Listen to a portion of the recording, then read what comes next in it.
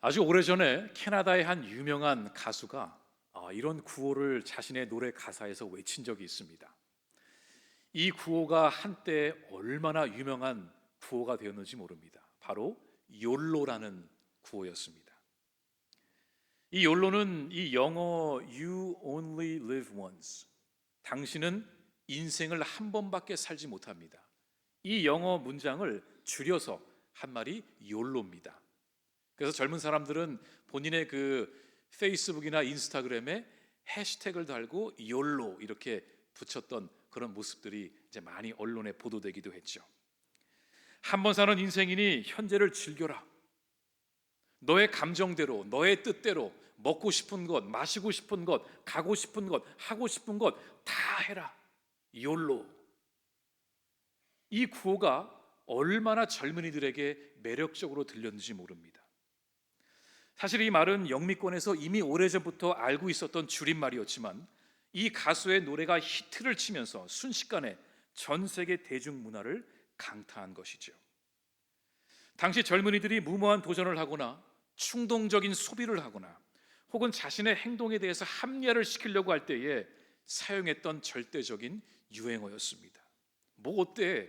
내 인생 내가 한번 살아보는 건데, 이렇게 자신의 행동을 합리화시켰다는 거죠. 자, 이 구호가 얼마나 전 세계적으로 인기를 얻었는지 2012년 그 해의 옥스포드 사전에서 선정하는 그 해의 단어 후보로 올라갔습니다. 대한민국도 예외는 아니었습니다. 여러분, 매해마다 트렌드 코리아라는 책이 나오는 거 아시죠? 트렌드 코리아 2017년에는 그 해에 선정된 단어로 뽑히기도 했습니다. 결국 이 구호는 전 세계적으로 미디어와 광고 또 유통업계를 지배하는 거대한 가치관으로 이제 자리 잡게 되었죠. 이 유행어는 이제 지나간 것처럼 보이지만 여전히 오늘날 SNS와 유튜브 미디어는 끊임없이 우리에게 속삭입니다.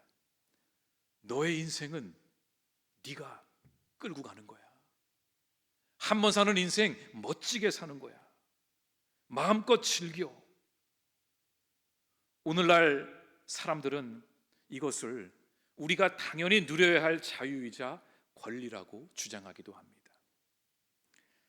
그런데 2000년 전 이 사도 바울이 목회했던 고린도 교회 성도들도 오늘날과 비슷한 가치관을 가지고 있었습니다. 당시 고린도 교회뿐만이 아니라 도시 안에서 유행처럼 번져가는 말이 있었는데 그것은 바로 모든 것이 내게 가하나 이거였습니다. 오늘 본문 12절 앞부분에 나오는 말씀이죠. 모든 것이 내게 가하나. 이 말이 무슨 뜻일까요?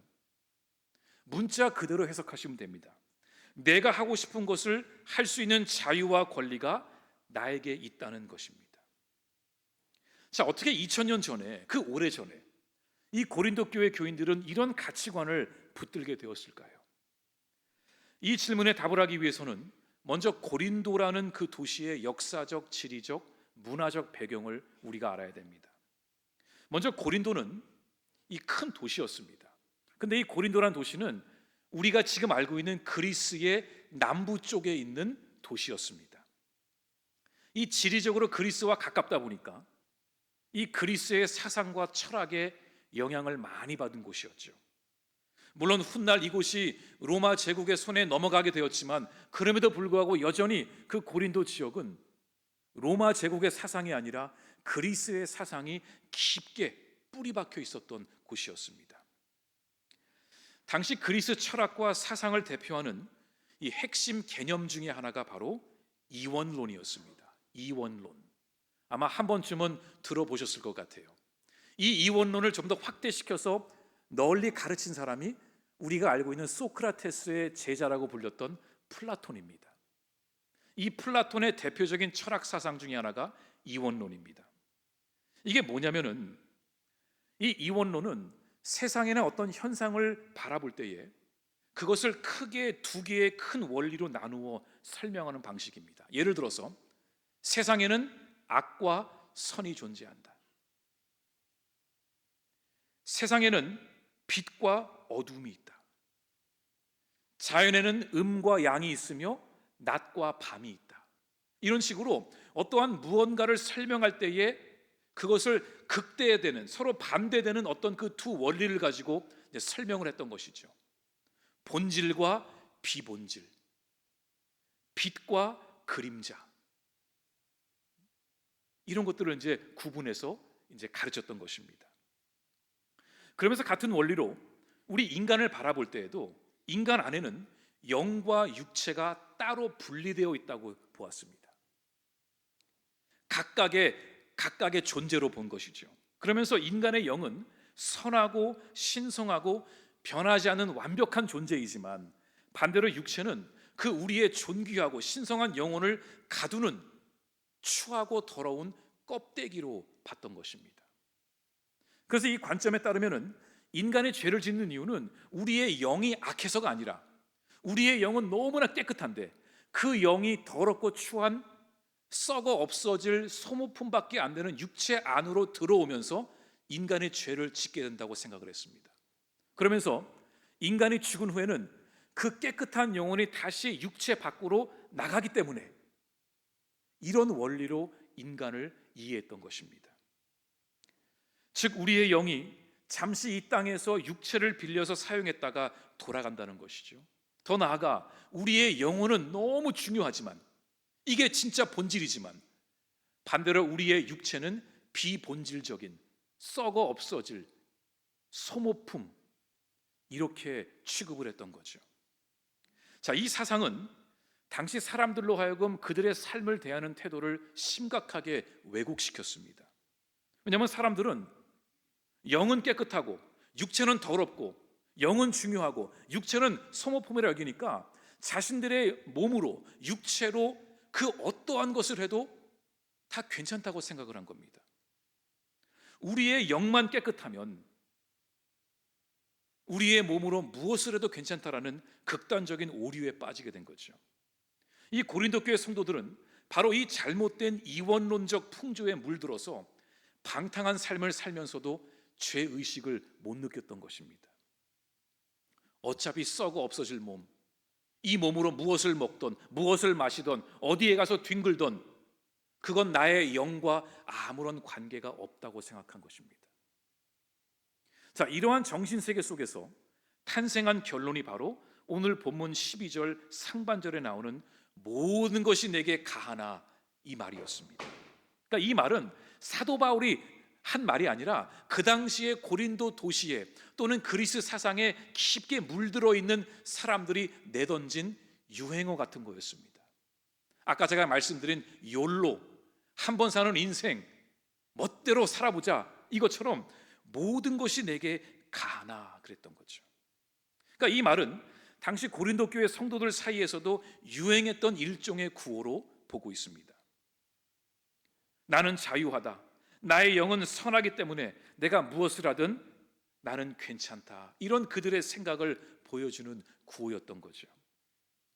두 번째로, 이 고린도 도시는 이 그리스 남부 지역에 있었는데 거대한 항구 도시였습니다. 그런데 항구가 두 개가 있는 도시였어요.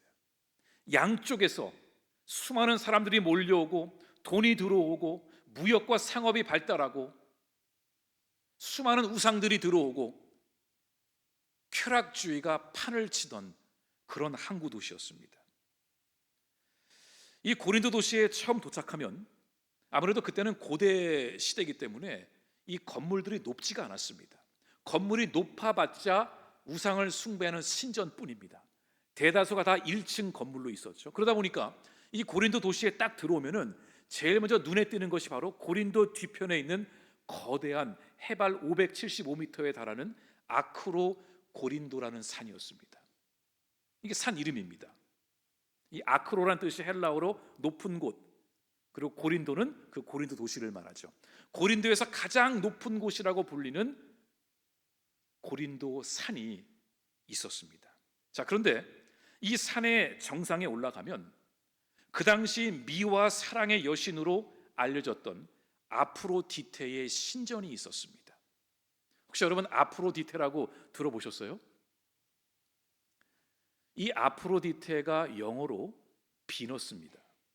비너스. 이 비너스는 들어보셨을 거예요. 사랑의 여신, 미와 사랑을 상징하는 그 비너스 여신의 신전이 이 고린도 산 꼭대기에서 모든 사람들이 다 지켜볼 수 있었다는 거죠. 그런데 이 신전에는 매우 특이한 점이 하나 있었습니다. 이곳에는 무려 1,000명에 달하는 여자 사제들이 여기서 일을 하고 있었습니다.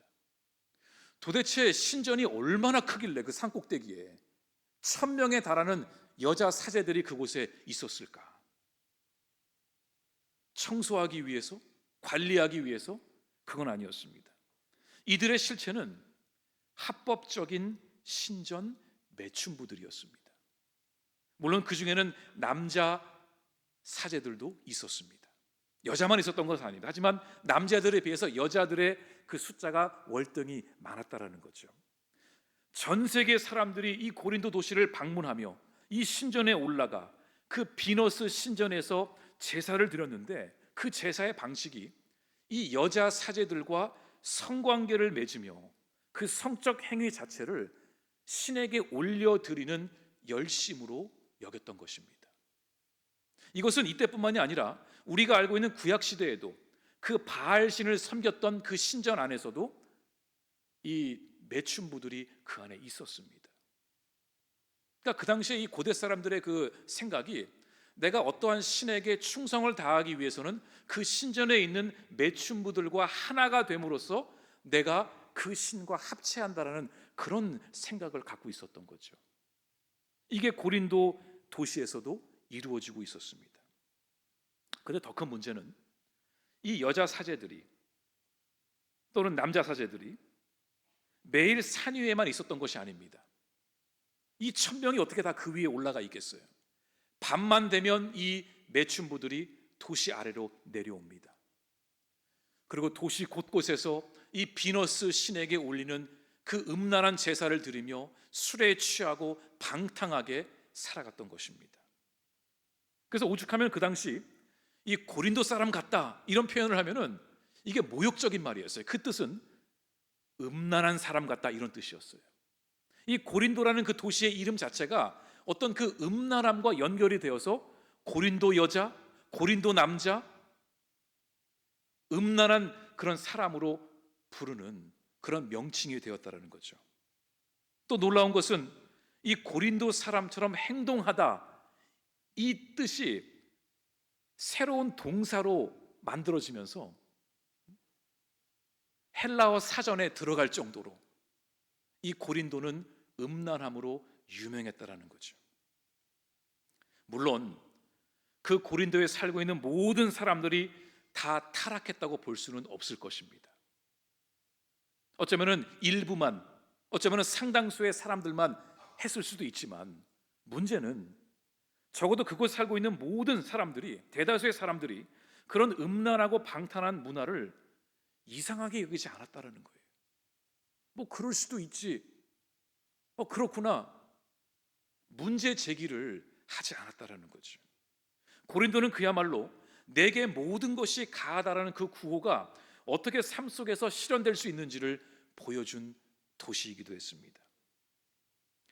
오늘 사도 바울이 이 고린도 교회를 향해 보낸 편지도 바로 이런 분위기 속에서, 이런 문화 속에서 살던 사람들, 그 교회로 찾아온 그 사람들에게 보낸 편지였습니다.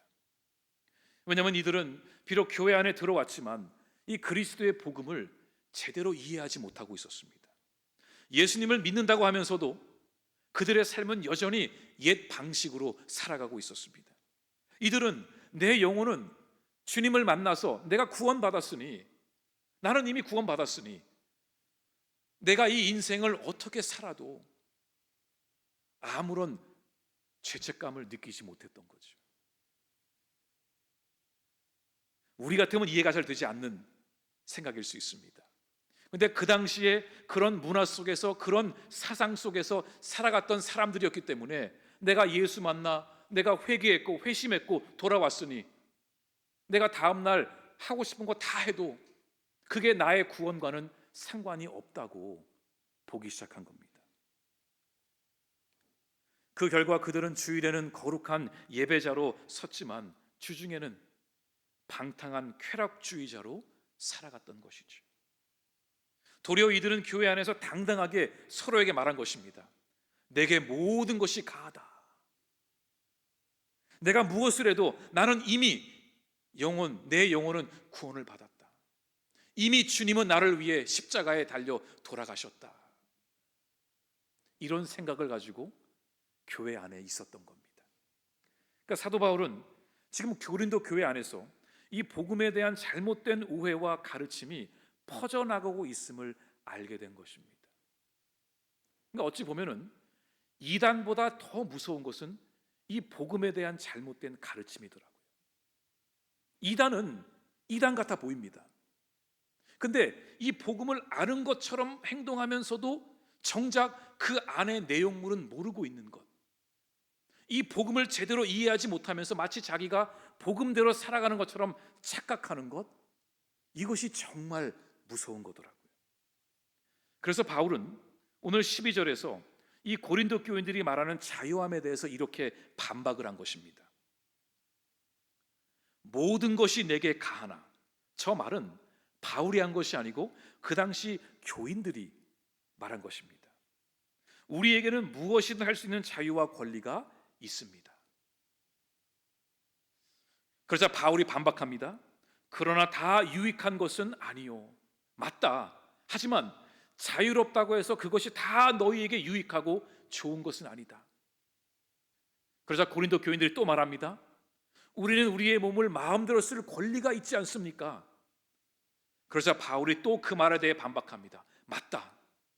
너희에게는 하고 싶은 것을 할 수 있는 자유가 있으나 그 자유가 너희를 지배하고 중독되게 만들지는 말아야 한다. 그러니까 이 12절 말씀은 이 교인들이 주장하고 있는 그 자유함에 대해서 사도 바울이 하나씩 반박을 한 겁니다. 사도 바울은 우리가 자유라는 이름 뒤에 숨어서 마음대로 방탕한 행동을 하는 것은 진정한 자유가 아니라고 한 것입니다. 오히려 그것은 자유가 아니라 쾌락의 노예가 되어 얽매인 상태가 된 것이라고 말했죠. 그러니까 진정한 그리스도인의 자유는 내 마음대로 할 수 있는 자유를 넘어서 죄와 육체의 욕망을 거절할 수 있는 자유가 참된 자유임을 말한 것입니다. 내가 먹고 싶은 것, 마시고 싶은 것, 하고 싶은 것 다 할 수 있는 그것이 참된 자유가 아니라, 그것이 아니라면 내가 하지 않겠다고 결단하고 돌아설 수 있는 것, 그것이 그리스도 안에 참된 자유라는 거예요. 어떤 사람들은 자유를 착각하고 있죠. 근데 사도 바울은 우리 믿는 자들에게 주어진 자유는 그런 자유가 아니라는 겁니다. 이어서 바울은 13절에서 이렇게 말합니다. 몸은 음란을 위하여 있지 않고 오직 주를 위하여 있으며 주는 몸을 위하여 계시느니라. 그러니까 우리의 몸은 결코 육체적 욕구를 배설하기 위해 존재하는 것이 아니라고 말합니다. 또한 그리스의 철학처럼 우리의 영과 육이 껍데기와 알맹이처럼 분리될 수 있는 것도 아니며, 성경이 말하는 인간의 영과 육신은 결코 나눌 수 없는 하나의 생명체라는 거죠. 그러면서 바울은 우리의 몸이 오직 주를 위해 존재해야 하며 주님께서도 우리의 몸을 위해 계신다고 선포합니다. 다시 말해 우리의 몸과 예수 그리스도의 몸은 연합체라는 겁니다. 하나라는 겁니다. 그러므로 우리가 주님과 함께 연합한 이 몸을 가지고 죄를 짓는다면 그것은 결코 개인의 사소한 방탕함으로 끝나는 것이 아니라 우리의 머리 되시는 예수 그리스도의 몸을 찢는 행위라고 말한 것입니다. 그러면서 바울은 14절에서 우리 기독교 신앙의 핵심인 육체의 부활에 대해서 얘기합니다. 하나님이 주를 다시 살리셨고 또한 그의 권능으로 우리를 다시 살리시리라. 왜 바울은 이 타이밍에 갑자기 부활 얘기를 할까요? 이 부활 사건이야말로 우리의 몸이 영혼만큼이나 귀하다는 것을 증명하는 강력한 반박이기 때문에 그렇습니다. 만약 고린도 교인들의 주장처럼 우리의 육체가 그저 썩어 없어질 소모품이라면 왜 굳이 하나님께서 예수님을 그 육체를 부활하게 하셨냐는 겁니다. 그냥 예수님의 영혼만 그냥 하늘 위로 승천하게 하면 되지 왜 굳이 그 십자가에 달려 찢기고 못 박힌 그 몸을 다시 살려내셔서 제자들에게 보여주시며 너희도 이처럼 부활할 것이라고 말씀하셨냐는 겁니다. 만약에 그리스 사상처럼 이 고린도 교인들의 주장처럼 인간의 육신이 아무것도 아니라면 기독교 신앙 속에 부활의 역사는 필요 없을 것입니다. 장차 우리도 예수님처럼 신령한 몸으로 부활할 존재이기 때문에 예수 그리스도의 부활의 사건은 우리의 신앙에 있어서 중요한 것입니다. 또한 바울은 15절에서 우리 몸은 이처럼 귀할 뿐만이 아니라 더 나아가 예수 그리스도 예수의 지체라고 말합니다. 너희 몸이 그리스도의 지체인 줄을 알지 못하느냐.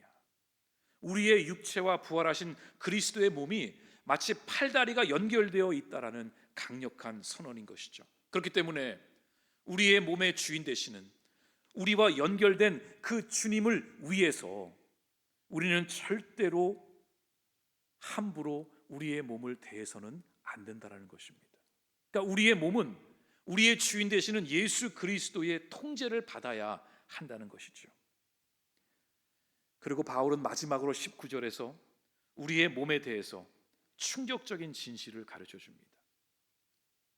너희 몸은 너희가 하나님께로부터 받은 바 너희 가운데 계신 성령의 전인 줄을 알지 못하느냐.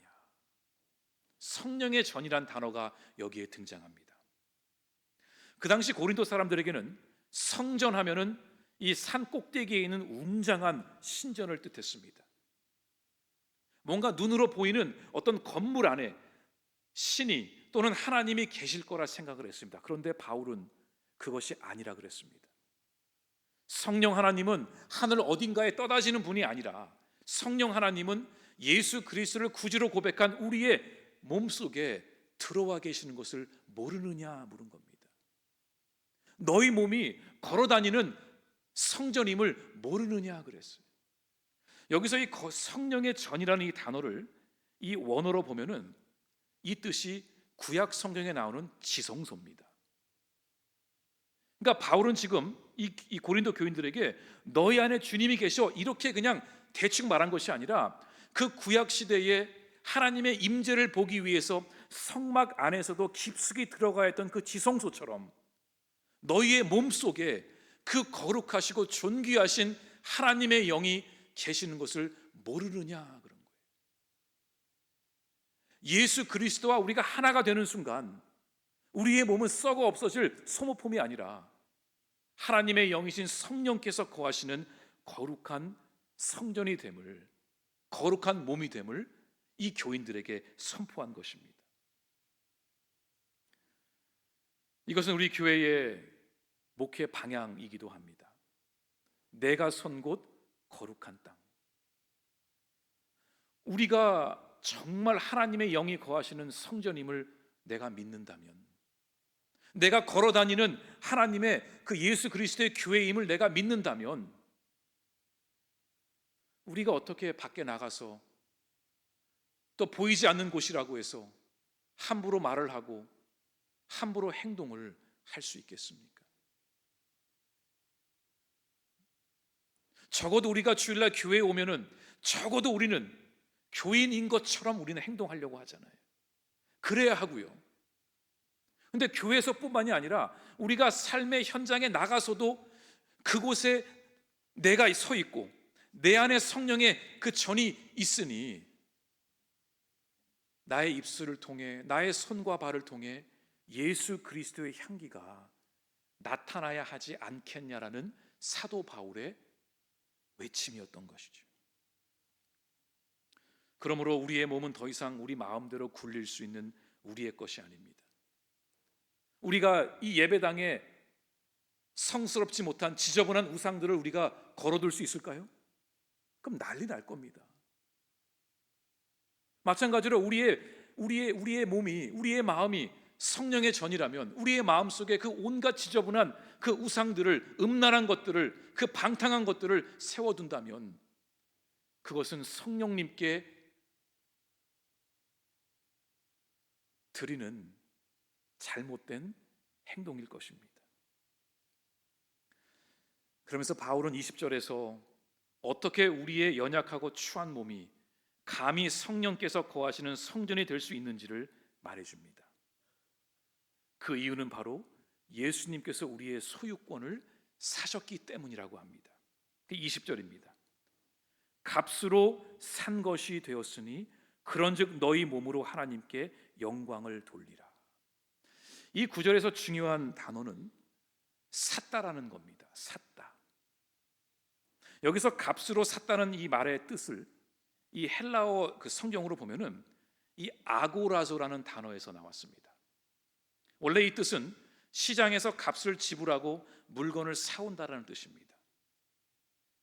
그리고 당시 이 고대 그리스 로마 사회에서 사람들이 물건을 사고 파는 곳을 이 아고라 시장, 아고라 광장이라고 그랬습니다. 그러니까 이 아고라조와 이 아고라는 이 뿌리가 같습니다. 우리 한번 PPT 한번 보여주시겠어요? 값으로 산 것, 저 단어가 헬라어 아고라조란 단어인데 저 단어의 뜻이 시장에서 값을 지불하고 물건을 합법적으로 사오다, 이런 뜻이에요. 자, 그래서 오늘 말씀 20절을 원문 그대로 다시 직역을 하면 이렇습니다. 너희는 시장에서 값을 주고 사온 자들이니 그런즉 너희 몸으로 하나님께 영광을 돌리라. 왜 이런 표현을 사도 바울이 썼을까요? 굳이 그 당시 이 그리스 로마 사회에서는 참 안타깝게도 인간을 사고 파는 노예 시장이 버젓이 있었습니다. 근데 노예 시장이 어디에 있었냐면 이 아고라라 불리는 시장 가운데에 있었습니다. 우리가 아는 것처럼 어떤 노예를 사기 위해서는 반드시 그 값을 지불하고 와야 그 소유권을 이전할 수 있습니다. 사도 바울은 지금 그 이야기를 하고 있는 것입니다. 원래 당신과 우리들은 이 죄와 사망의 노예들이었습니다. 그저 눈앞에 욕망이 이끄는 대로 끌려다니는 소망이 없는 존재들이었지만, 그런데 하나님께서 그런 비참한 우리들을 예수 그리스도의 그 십자가의 보혈의 피값으로 우리들을 사주신 것입니다. 여러분의 소유권은 여러분에게 있는 것이 아니라 그건 착각인 거라는 거예요. 내 인생, 내 것, 내 마음대로, 그게 진짜가 아니라 여러분의 인생은 죄의 노예로 있다가 십자가의 보혈의 피로 하나님이 사셨다라는 거예요. 그리고 도장을 찍어주신 거예요. 너는 이제 내 것이다. 소유권이 바뀌어졌기 때문에 이제 우리는 더 이상 예전의 죄의 노예로 살아가는 것이 아니라 이제 우리의 새로운 주인 되시는 예수 그리스도의 가르침에, 그 삶에 따라 살아가는 것이 맞다라는 것입니다. 모든 것이 내게 가하다라는 게 아니라는 거예요. 우리의 몸은 주님과 연합하여 있으며 우리는 그리스도의 지체이며 우리의 주인은, 우리의 소유권은 주님께 있으며 우리는 오직 예수 그리스도를 위해 살아가야 함을 다시 한번 이 고린도 교인들에게 선포한 것입니다. 이 고린도 전서는 이 사도 바울이 쓴 서신이다 보니까 굉장히 드라이하고 좀 밋밋합니다. 그런데 이 말씀을 잘 읽다 보면은 이 사도 바울이 얼마나 논리적으로 이 복음을 선포했는지 놀라게 됩니다. 오늘 우리가 읽은 이 12절부터 20절까지 사도 바울은 한 절 한 절 논리적으로 이들의 주장을 반박하며 복음 가운데로 우리를 인도합니다. 우리는 값으로 산 자들이다. 절대로 너희의 인생을 헛되이 살지 말고 아무거나 마신다고, 아무거나 먹는다고, 아무데나 간다고 그게 다가 아니라 너희의 입술과 손과 발이 오직 우리의 주인 되시는 예수 그리스도를 위해 살아가라 말한 것입니다. 사랑하는 성도 여러분, 참된 자유는 우리가 아무렇게나 하고 싶은 대로 사는 것이 아닙니다. 죄를 짓지 않을 수 있는 자유, 멋진 표현 같지 않습니까? 내가 그리스도의 소유물이기 때문에 나는 죄를 짓지 않을 수 있는 자유가 우리에게 있다는 겁니다. 우리의 육체의 정욕을 단호하게 거절할 수 있는 능력이, 그것이 진짜 자유입니다. 만약에 내 몸을 스스로 제어하지 못하고 세상의 쾌락과 중독에 끌려다니고 있다면 그것은 자유를 누리는 것이 아니라 오히려 그것들의 지배를 철저히 받고 있는 노예의 상태라는 거죠. 내 안에 성령께서 24시간 나와 함께 하심을 내가 안다면 나의 입술과 손과 발은 주님을 위해 쓰임 받아야 할 것이 마땅합니다. 왜 다윗이 그의 유명한 시편 중에 첫날을 세상 밖에서 왕으로 사는 것보다 단 하루를 주님의 전에서 문지기로 있는 것이 기쁘다고 했을까요? 이건 왕이 한 고백이에요. 모든 것을 누려본 그 다윗 왕이 40년 왕권을 다 정리하면서 고백한 말이 내 평생에 단 하루 하나님의 전에서 문지기로 서 있는 것이 그게 너무나 행복하다고 고백한 그 다윗을 생각해 보세요. 우리는 속으로 주님께 쓰임받아? 그거 바쁜데? 힘든데? 부담스러운데? 그럴 수 있어요.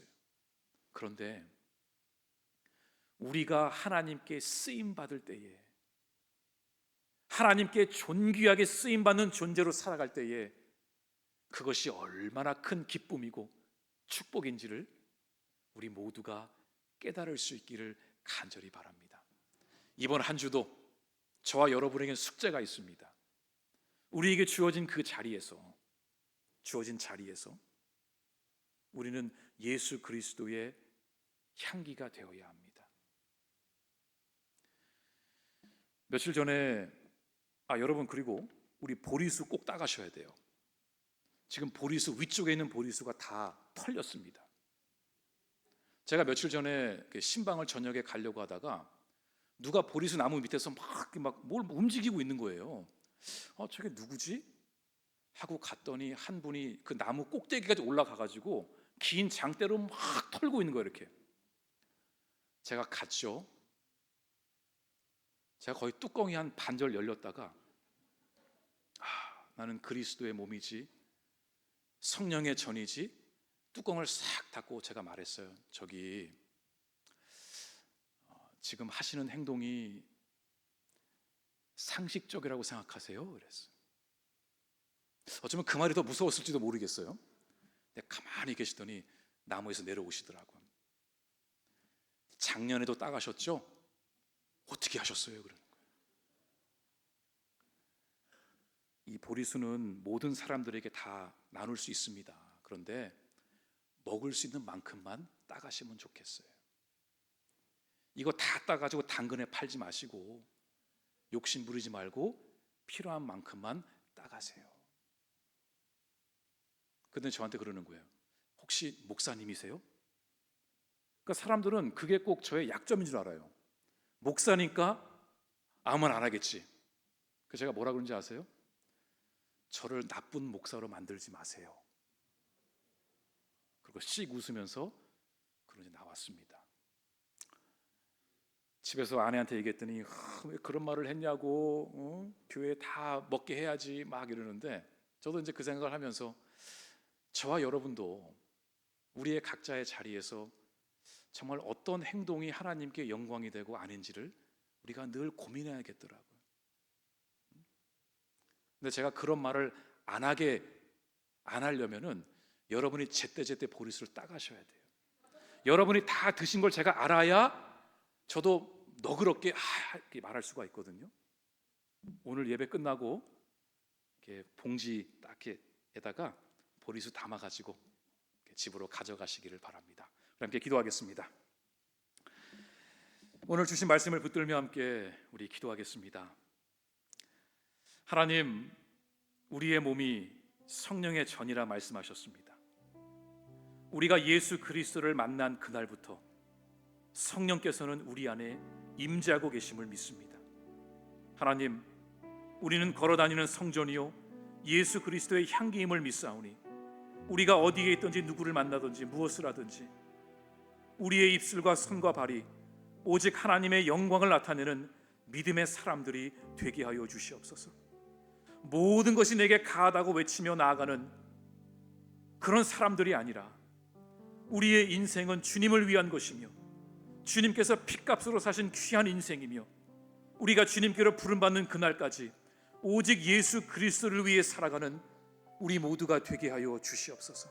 이번 한 주도 그런 결단을 가지고 우리의 삶의 자리에서 하나님의 귀한 자녀로 살아가게 하여 주시옵소서. 우리 주신 말씀을 붙들며 함께 한 마음으로 우리 함께 기도하겠습니다.